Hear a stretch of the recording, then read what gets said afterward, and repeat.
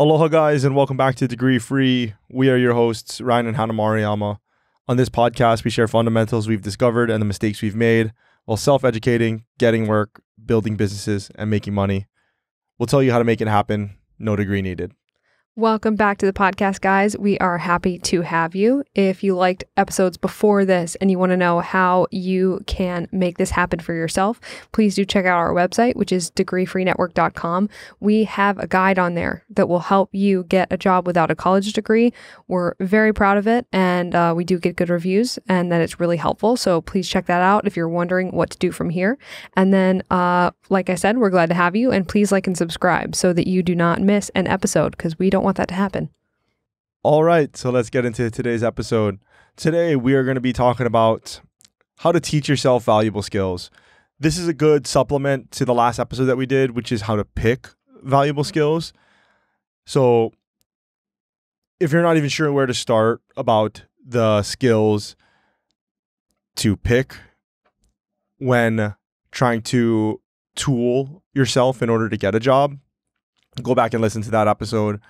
We pretty much go over it all, from dissecting the job description to picking what it is, and where to focus your time. But after you've done that, the next biggest question, well, actually, this is the biggest question, is like, how do I teach ourselves the valuable skills? But then we always have to backtrack first. We were like, well, first you have to identify them. So that's what the last episode was. And this one is going to be how to teach yourself the valuable skills, kind of answering the question that we get the most often about skills, right? There is a lot to unpack here. This might be an episode that's a little bit on the shorter side, and some of it is not really going to be surprising information. But I do find that a lot of people, once they've come to the conclusion, they go, okay, all right, so I need to learn something new. And then they get over the fear of that reality. And then once they figure out what they're going to do, then they're stuck again. Because they don't know how to learn independently, which is something that hadn't really occurred to me because I've had to be an independent learner since I dropped out of college. So what I'd like to do is kind of go over some things that I tell people, because usually the questions I get are, the first one is usually, oh, how do I do this? And then I say, oh, we'll get like pick a skill or pick a certification or pick a license and then learn that. And they say, well, how do I do that? Right. And the reason they do that is because they don't know where to begin in the lineup. Like, so if someone said to you right now, I need you to learn algebra, and you didn't know it, what would you do? I wouldn't even know where to start. I don't know. That's such a vague thing, right? Like, learn algebra. I don't know. I'd probably start at Google, right? I'd probably start at Google. How to algebra. Yeah. And that, as dumb as it sounds, that is the correct answer. So one thing that I really want people to take away, and I think some people get irritated with this answer, but a lot of the times they say, Google it, because you're going to find that you need to start being able to find the answers to your own questions, because your questions are going to be so specific to you, right? Because everybody's going to have a different approach to what they're trying to learn. I realize that sounds like a non-answer, but it does matter, because you need to be able to learn how to use Google as a tool to return the information that you're looking for. So learning how to crowdsource information from Reddit and Quora to kind of give yourself direction and tips, but then also figuring out what type of learning style works best for you. So now video is big, which makes sense because it's audio and it's visual, right? So I think to kind of make this coherent, I think it all needs to be like, to kind of rein it back in, is like learning online is what we're talking about. Yeah. Right? Like, if you had to learn something and you could only use a computer, how would you do it? Right. Because, so these valuable skills, mostly what we're talking about in this episode is going to be computer skills. We're not really talking about harder skills, like how to build a house. The best way to build a house is, yes, absolutely, there's going to be an online component. If you don't have somebody to tutor you, if you don't have somebody to take you under their wing, so there's definitely going to be an online component, and you're going to have to look it up. But then the best way to build a house is just go and build it, right? I mean, maybe it stands up and maybe it doesn't. But what we're talking about is mainly skills that can be learned on a computer, but it doesn't necessarily have to be tech, right? It can be real estate licensure or home inspection or insurance adjusting. Well, not only that, but it can be like copywriting. It could be graphic design. It can be, and then it could be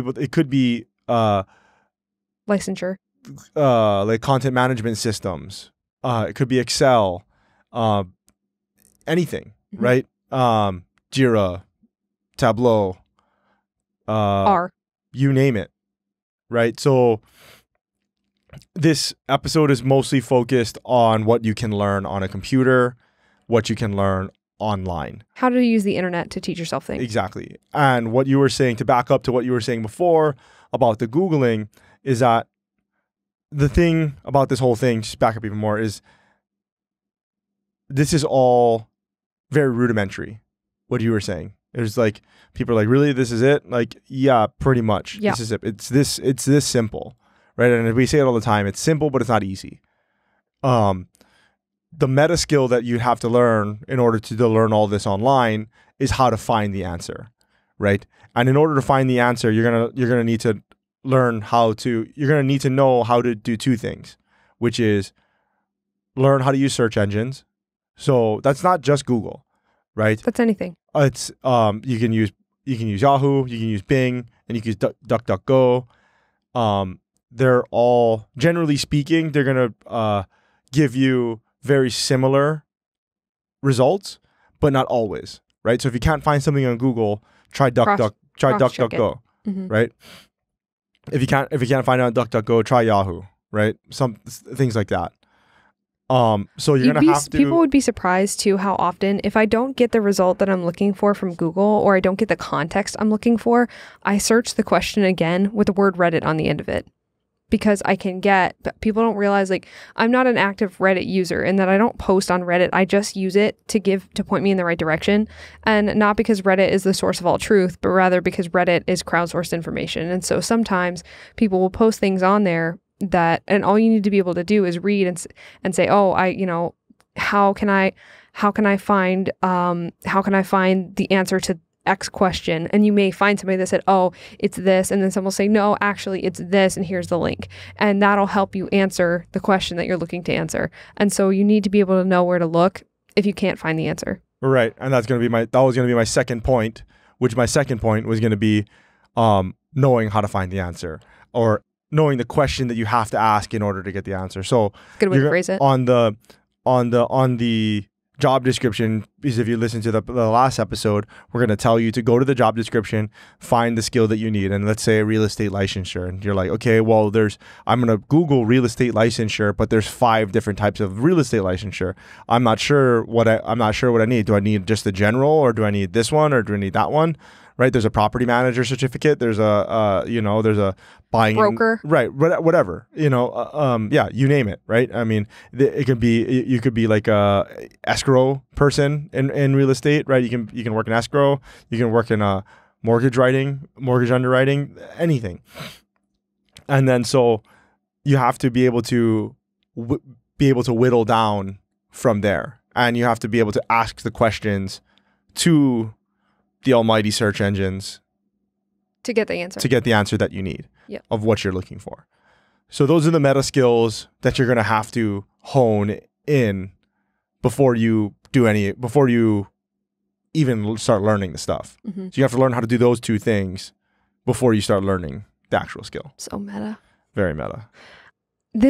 And again, it sounds ridiculous, but to the point where I'm going to say it because I think some people need to hear it. But let's continue on with your real estate license example. If you were looking for how to get a real estate license in Scott County, wherever you live, let's say you live in Scott County, you would search real estate license requirements, Scott County, and then see what comes up. If that does not give you the information that you need, you would add Reddit to the end of that sentence and then search it again and see what comes back. If it doesn't bring back your specific county, then back it up to state and see what happens. It's trying to narrow down and just get the information that you need in order to point you in the right direction so you can do what you need to do. now you're able to find all this information, and if that doesn't work, you could always go to a place like Reddit or some other forum, or join Facebook groups, go onto Twitter, and you can tweet at people, you can post in Facebook groups, you can post in Reddit and be like, look, Ask. how do I become a realtor in whatever county? How do I become whatever in whatever place? And then people more than likely, they're willing to help you, more than likely. And they'll at least point you in the right direction. Okay, so now once you're pointing in the right direction, how do we learn it? Now we're learning things online. All right. So this is, and Ryan and I say this a lot, but YouTube University, baby. You can learn pretty much anything on YouTube. YouTube can teach you to be a mechanic. YouTube can teach you to be an accountant. YouTube can teach you to be a software developer. YouTube can teach you to be anything that you want under the sun. Yep. Anything. Pretty much. I use YouTube daily to figure out how to do things. I still think Reddit has far and away been the most valuable resource that we've used, but YouTube is a close second. Depends on what you're doing. I think it depends. I think it depends on what you're doing. What would you say Reddit is better for? I think Reddit is better for high level things. Context. Yeah. Whereas like I've learned a lot from both, right? And I never would have learned how to do any of all this, right? Like we don't have a team of anybody, you know what I mean? Like, well, we do. Well, yeah, like, but the people behind this podcast, like, there's nobody behind these cameras, like, and so I learned all of that from Reddit. At least the things that I needed to know. I learned the things that I needed to know from Reddit, and then I went to YouTube to find more granular information, right? So, and then I think about like something. If you're thinking about, let's say you're thinking about starting an e-commerce store, right? And so you're going to go to subreddit e-commerce or subreddit Shopify or subreddit WooCommerce, whatever. What's a subreddit, Ryan? Right. Well, it's just a forum. It's a forum on Reddit. And so you go into these things, and they're going to tell you everything that you need in order to set it up. For WooCommerce, they're going to tell you that you need shared hosting, at least, right? You're going to need a domain. You're going to need a domain that you have to buy. You're going to have to install WordPress, install WooCommerce, whatever security plugins, whatever optimization plugins, so on and so forth, so on and so forth.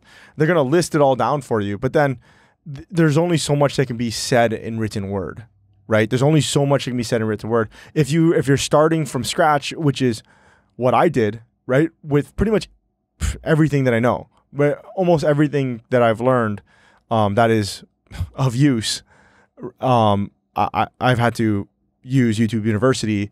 The combination between Reddit and hours of blog post reading, and then going to YouTube and figuring it out. So after you do that, you're like, okay, well, how do I get shared hosting? You could go to YouTube and you can search it right there, and then there's going to be a host of different people selling you and recommending which shared hosting is the best, and then how to set it up. And I think that brings up a good point, which is price of those things. All right, so let me explain something really quick, because I see this a lot on TikTok, where people are like, oh, there's just so many courses and everybody's selling a thing. I'm like, that's because things are becoming more highly specialized. Truthfully, the more niche things get, the more people come up with different courses to teach really, really specific goals.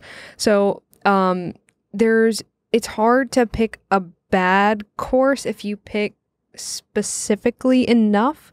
So if you're picking, you really just need to constrain yourself by price. Like, don't spend more than you can afford on a course, right? So if you can only afford to spend $60 on a course, don't spend more than $60. Look within that price range.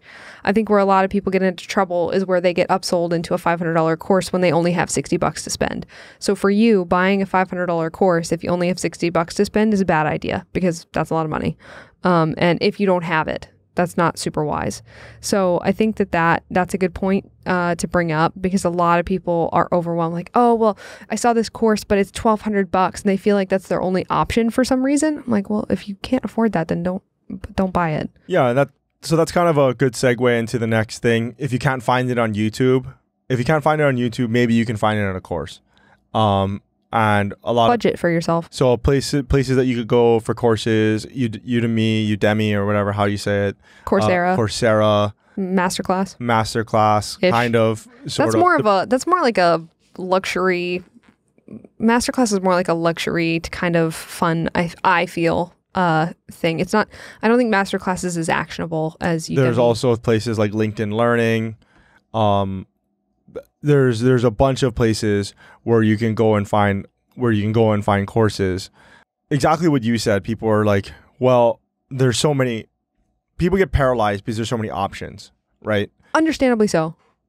Obviously, another thing, and unfortunately, at a certain point, you can read as many reviews as there are, but you know, how honest are reviews, right? I mean, who knows? Difficult to say, right? And so I think at the end of the day, if you want it, just take the leap, right? I mean, you're just gonna have to take the leap.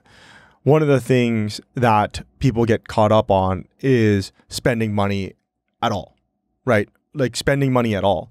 And I get this. Matt. No, I was, you know what? The only course I've only ever bought, the first online course I bought actually was Noah Kagan, the AppSumo guy. He had a $7 course on how to test a business idea. And I remember at the time, I remember telling you this. I was like, man, like that was a big step for me because I had such a distrust. And this was recent, guys. This was like a couple of years ago. This wasn't even that long ago. And I bought this course and I remember thinking like, I felt like I got taken in. It was a good course though. And that was the thing is I got so much out of that course. It was crazy. Like it helped me learn how to test a business idea before I spent money on it. And I had been so hesitant to ever buy anything because I just like didn't want to feel like I'd been had or like I'd been taken in, you know, like I had to buy something. Like I couldn't figure it out for myself.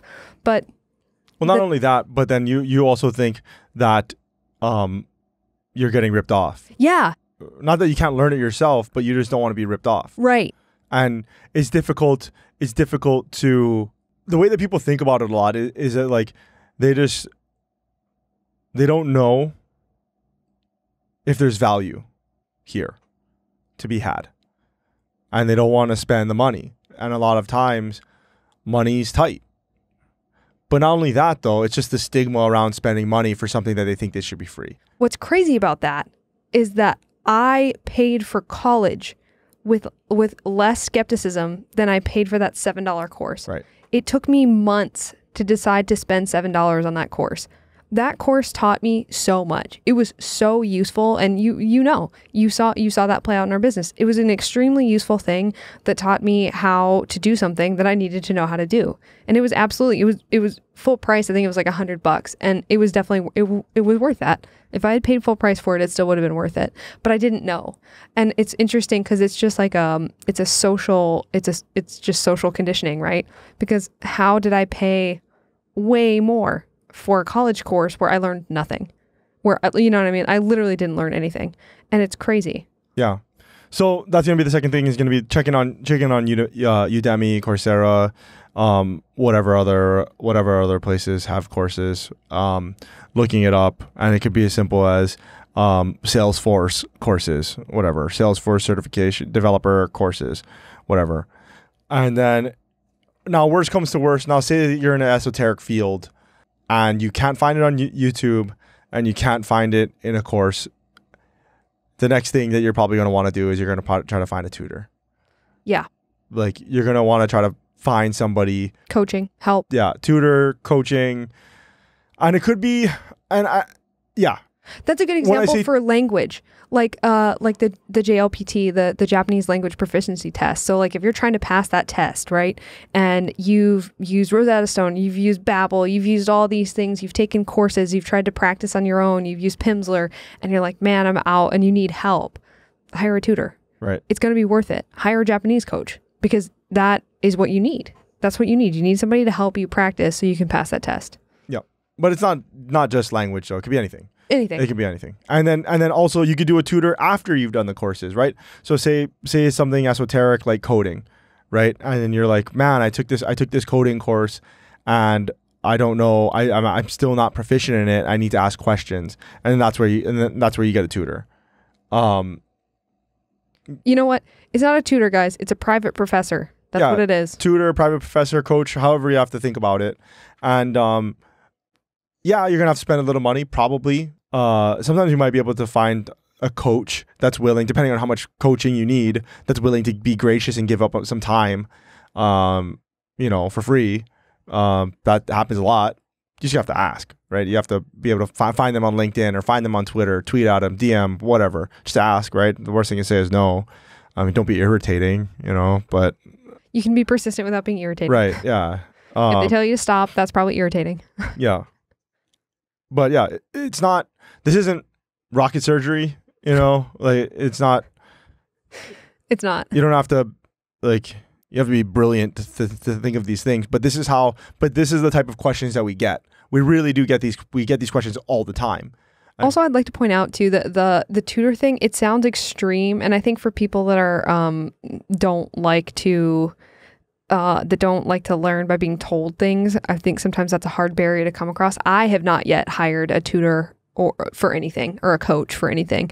I think that at some point I will to learn, or targeted to learn things that I want to learn, but I haven't crossed that barrier for my own self-education yet. And so I think that you should really try to probably, unless you really only learn by somebody else, like hands-on teaching you, it's probably a good idea to try to exhaust as much self-education as you can without involving another human, because then it's scheduling and it's a little more costly, and it can just be kind of complicated. Yeah, and then this is all to say too that you have to remember the goals here. You have to remember the goal of learning this skill. The goal of learning this skill in many cases, in the context of which we're speaking about it right now, it's usually to fulfill a job requirement on a job listing. And most job listings, you don't really have to have it down. You're going to learn all that on the job, right? If they need you to be a master at whatever it is, they probably really just need you to be advanced, right? You just at least know what the tabs are in the software, at least know what the buttons do, right? And then whatever custom coding that they need, or whatever custom architecture they need built, you're going to learn that, right? You're going to do it. You're going to be, every company's different. That's training. They'll train you to do that. So that's all to say that, like, from last episode, if you've identified 5 skills that you think that you need to learn, and you've chosen 5 skills, and then you're still on skill 1, you don't have to be a professor. You don't you don't have to get a PhD in whatever it is. If the first one is Excel, you don't have to have a PhD in Excel. Professor Excel. Yeah, before you go down to the second one. Minimum effective dose, right? People. If you can use it, you're good. Yeah. So then go down to the second one, go down to the third one, go down to the fourth one, right? And all the while you keep applying to these jobs after you've completed each one of these things. Now, moving on, I think the biggest thing is, if you're not going to get a tutor, which I don't think a lot of people can afford to get a tutor, I don't think a lot of people, when they're first jumping into it, they don't want to make that big of a commitment yet. Plus, you really should kind of wander around in there on your own for a while and figure out what you're trying to do. I think the factor here is, when you're teaching yourself, the key is to give yourself a deadline. Also help to give yourself a routine, right? I would add to that, you kind of want to give yourself a goal, right? And we talked about it a little bit in the last episode, but I always find that I learn much more effectively when I have a goal. So if the goal is to learn HTML and CSS, well, instead of just making like a dummy site that like the Mozilla developers have made, because there are plenty of free resources to learn HTML and CSS. So many. And they'll give you the instructionals to follow along and do everything. At the beginning, your web page is going to look like this. At the end, it's going to look like this, and then they'll walk you through the stages. I've done those before. They're okay, but it never really stuck for me until I built my own website. There's no goal. Right. And so then when I was like, okay, I'm building a website because I want to make money, right? I want to try to sell things online. And then I was like, oh, okay, got it. Now this thing makes much more sense. Yeah, because I remember you were like, oh, how do I get the shopping cart to work? How do I load these things in? How do I get them to display suggested things underneath? Right. And what that did, I will say, is that, okay, did it make me an expert in HTML and CSS? No. That definitely not. Did it make you effective though? It made me effective in that I am now proficient enough to know what I don't know, and I know where to find the answer for what I don't know. Right? Like, so yes, it would probably be quicker if I'd learn it and know it by heart. And if you're going to build websites for a living, then, you should probably know it. But if you're just learning it as a means to an end, kind of how we're doing here, that's probably good enough. And then when you get the job, then you can learn it. You're like, yeah, you need to know that by heart.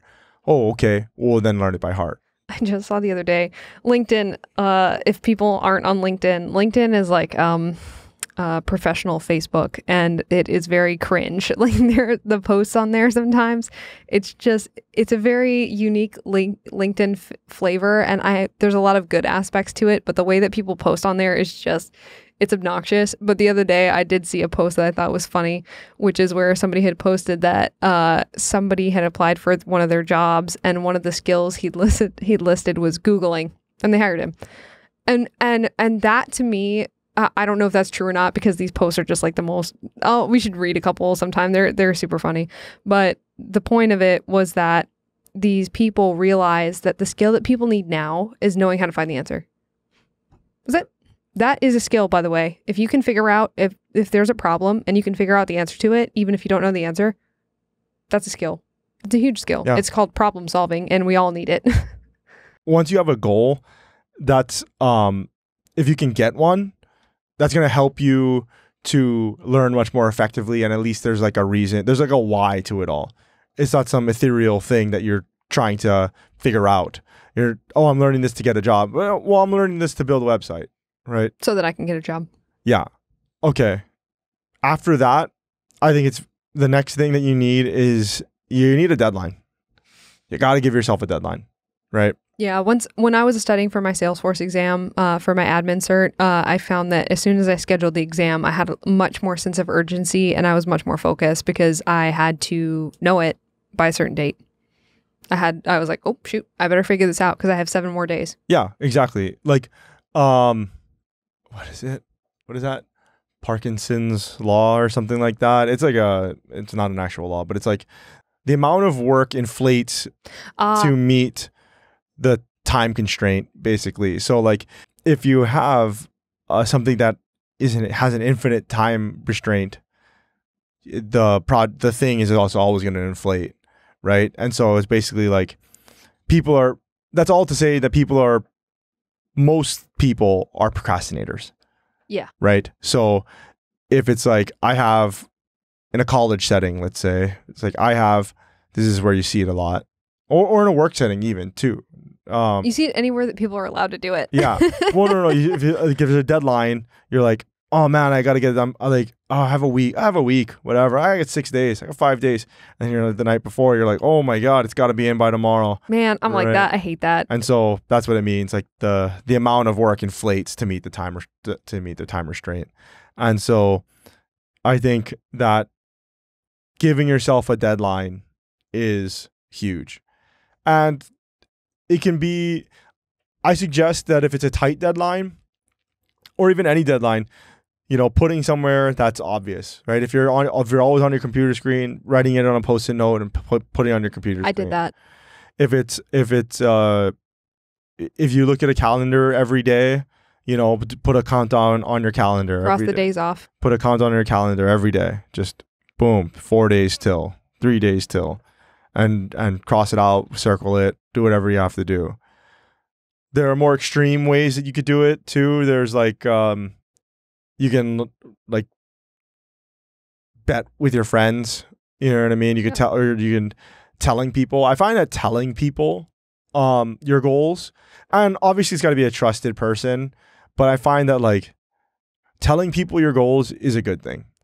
That's interesting because I think I disagree with you because I find that if I actually don't, I think it's for different types of people though. I think for you, if you say it out loud, but for me, if I say it out loud, I feel like I almost already did it. Yeah, well, yeah, we're you and I different people. You and I are very different, right? So like I have such a like I just see things that I think, right? So if I say it, I'm like, oh, I kind of feel like I did it already, but I didn't. So it's better for me to actually keep it inside. That's interesting because so if for people listening, like. So if you're a talker, shut up. Hannah's a talker. I'm a doer. Not that I don't talk, and not that she doesn't do things. And this is not connotative. It's not bad or good. There's nothing bad or nothing good about it. It's probably more introvert extrovert. Actually, is what I think it is. Yeah, it could be. But this is how we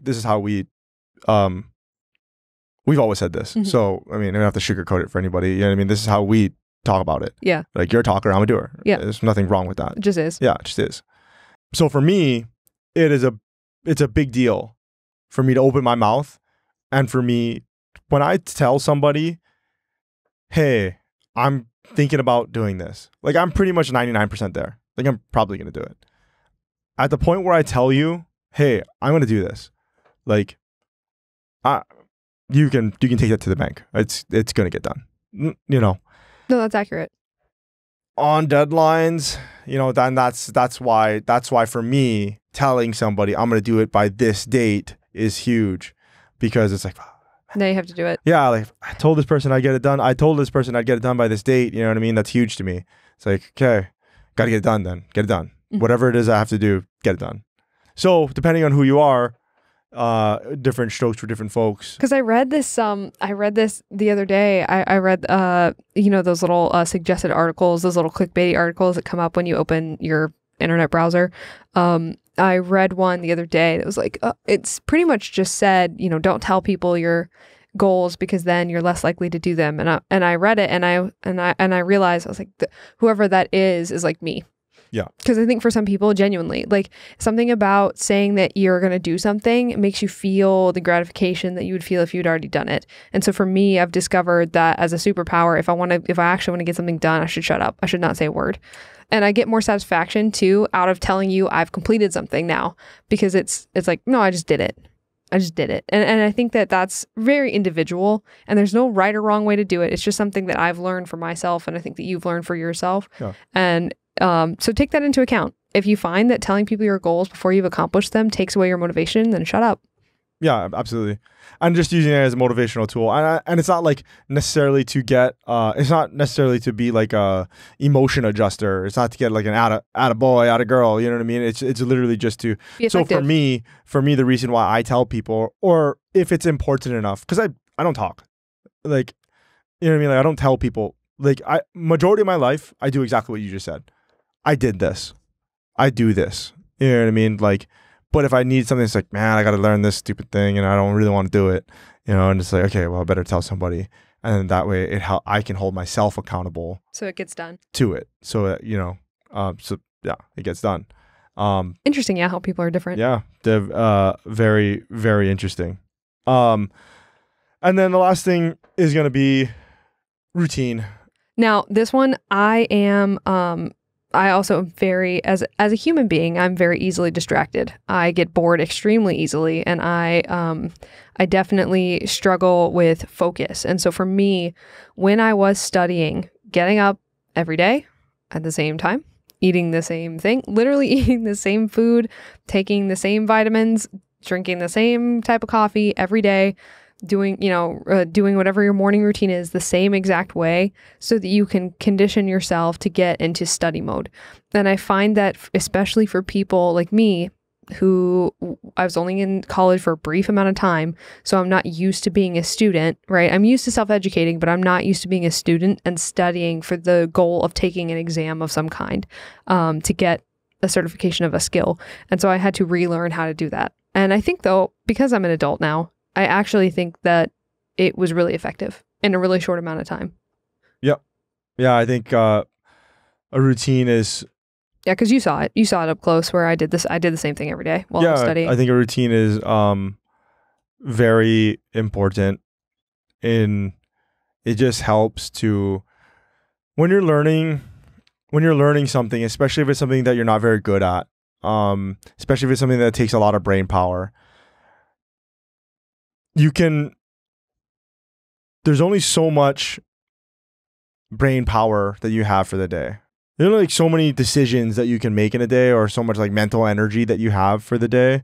And what the routine does is it helps you to stick to it and save all of that energy for whatever it is that you're learning and whatever it is that you're trying to accomplish. So if you're trying to learn, I don't know, whatever, if you're trying to learn graphic design or a certain type of graphic design, or you're trying to learn After Effects or whatever, and it's like, what the heck are we talking about? You know what I mean? It's like super difficult, and you're going to need all the brain power for that task. So instead of worrying about what you're going to eat at the coffee shop down the street, you know what I mean? Like, wake up, go there, don't go there, make yourself coffee, buy the same coffee. Pre-order the same thing so it's automatically ordered the same thing for you every day. Buy the same croissant, or freaking go into your, whatever. If you're working, especially if you're working multiple jobs while you're trying to attempt this, or you have small children, come up with a schedule just for a temporary time. Get a friend, pay a babysitter, call your family, get somebody to help you watch the kids at the same time every day. If you do shift work, every week. If you have shift work and your schedule varies, just ask your manager to just schedule you consistently for a month, just so you can schedule your life around studying to get done what you're going to get done. And you'll find that when you ask people for help in that way and you say, I'm trying to do this, can you help me? A lot of people are going to be supportive of you. Yeah. And then if they're not supportive, if they can't give you a solid schedule, then you have to commit that on my days off, I'm going to, right? The routine, or after work. The routine can look however it is, right? So if you're like, today I'm working the swing shift, and then tomorrow I work the open shift, or then the next day I work the graveyard shift, and you're like, saying, I'm closing tonight. After every shift, if it's a graveyard shift, I'm gonna study for 2 hours, right? Before every opening shift, I'm gonna study for 2 hours, right? It can be as simple as quote unquote routine as that. Mm-hmm. And it's not killing yourself either if you're not trying to do it in that way. If it's I close, I sleep, I sleep till 11, I get up, I study for 45 minutes, and then I work out, and then I go to work, and then the next day I do the same thing. That's fine. That's fine. It's the consistency and the routine that's going to help you get where you're trying to go. Yeah. And then I think, honestly, for this one, I think that's pretty much it. Mm-hmm. I think that this is one that's definitely paired best with the last episode that we did, is how to pick a valuable skill. But this is actually the question that we get asked the most as far as the skills. When looking at a job description, you're like, I don't fit that job description. How do I fit that job description? Like, what are the skills? Like, how do I learn these skills? But first, we always have to tell them, well, how do you pick the skills? How do you identify the skills? So go back and listen to that episode. Identify the skills, however it is, whether that's using a spreadsheet or whether that's writing it down, whatever. Then come here. Two things you got to learn right off the bat before you do any of this is you have to learn how to use search engines, right? And then Google, DuckDuckGo. You have to learn which search engines are out there, and we'll try to link to a bunch of search engines in the show notes. And then the second thing is you're going to have to find out how to find what it is you're looking for. Like, how to find the answer, or how to find what skills to learn, or, you know what I mean? Like, how to learn those skills. Mm-hmm. So once you learn those things, and once you're able to identify the things that you need to learn and the way that you're going to learn them online. You're going to use YouTube as much as possible. You're going to read blog posts as much as possible. You're going to utilize Reddit as much as possible. Facebook groups. Just join Facebook groups. You know what I mean? Just join. Facebook groups are... Facebook is dead, people, but the groups are not. Yeah. The groups are not. Facebook groups are invaluable, I have found. That is the only sign of life other than Facebook Marketplace on Facebook. And then if you can't find it, if you've exhausted your free options, now you're looking at courses, right? And there are some free courses. There are. But you're looking at places like Udemy, Coursera, even like AppSumo has some courses on there as well. They do. Masterclass has courses. LinkedIn Learning has courses. There's a couple of Skillshare. Yeah, Skillshare has courses. There's a couple of other places, and we'll link to them in the show notes, so that people can find them. Okay, so you take those courses, and we have to at this point we have to get over the fact that like at this point, if you've exhausted your free options, we're probably going to spend some money, right? And now, how much money you have to spend, that entirely depends on you. That is completely up to you, and that is completely out of the scope of this episode. That's it. Don't get pulled into the college is worth more than these things, because if you need the thing to get a job, it's not. Yeah, and then also, on the flip side of that is you don't have to. Price isn't always indication of quality. Oftentimes, it's pretty okay barometer. It's okay, but there have been. I mean, we've all bought something that's been $100 plus, and it just turns out to be a POS. You know what I mean? And then we've also bought something that's been like $7. $7, and then I have a belt that I bought literally 15 years ago for like less than $10 that I still wear to this day. You know what I mean? He loves that belt. Guys. Yeah, like you know what I mean. It's probably one of the best purchases I ever made in my life. Right? I mean, I wear it every day, and so price isn't always an indication of quality. So don't think that you have to go out and spend the most, right? If it's a $12 course, hey, maybe you start there. Maybe you start at the $12 course, see if you can do it for the least amount of money possible. That's a good tactic. And you're like, man, okay, now I got to spring. Like I'm missing. Maybe that $12 course gets you 90% there, but you're still missing that 10%. And but now that you've identified what that 10% is, you didn't have to buy that $100 course that necessarily had all of it in there. You got enough. But then maybe you're able to identify another $12 course that has that 10%. Because that's what I did. I bought that $7 course, and then when I started studying for the admin, I bought a $12 course. And then when I had exhausted the course, I was like, I still need more. Then I bought a $50 course. And that was all I bought. That was all I needed. Yeah. That was enough. Yeah.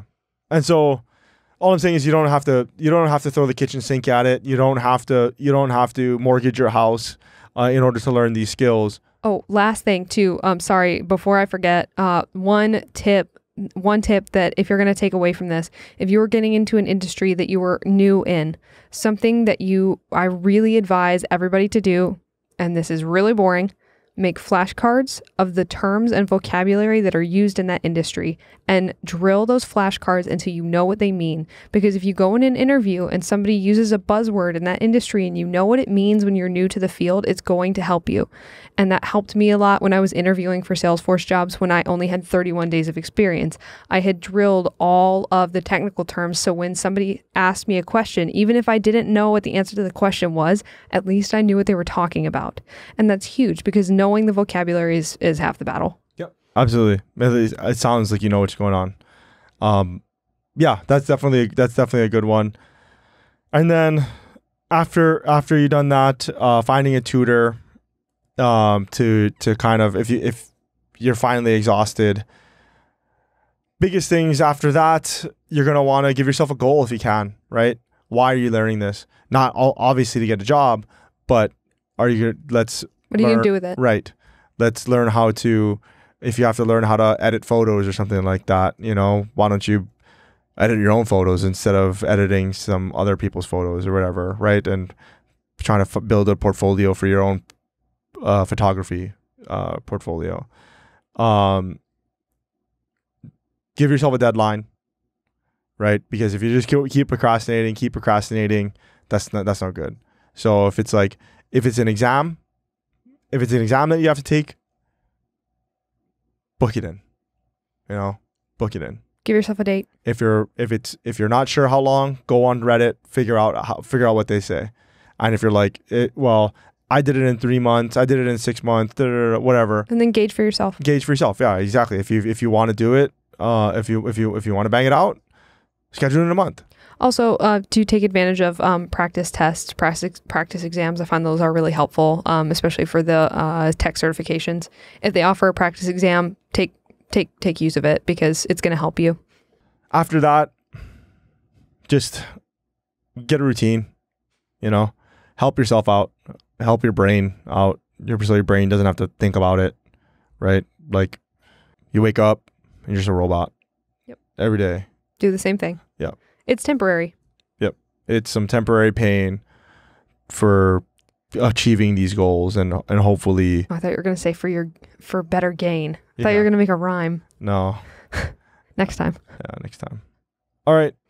All right. Thanks, guys, so much for watching and hanging out with us today. Please like and subscribe. Write a review. If you have questions, comments, thoughts, or ideas, we'd love to hear them. And as we've mentioned before, we do have a guide on our website. If you're looking for something that's going to help you go step by step and figure out how to use the lessons that we're teaching in these podcasts, check it out. And that may be something that's really going to help you along the way. Yeah, absolutely, guys. If you guys have any questions, comments, concerns, drop us an email, contact@degreefreenetwork.com. We always like to hear you guys' opinion. If you can, leave us a review. It really helps to have other people find us. Give us just as simple as a thumbs up on YouTube, or if you can, give us a 5 stars on Apple Podcasts or wherever it is you get your podcasts. It really helps to get the message out. All right. Until next time, guys. Aloha.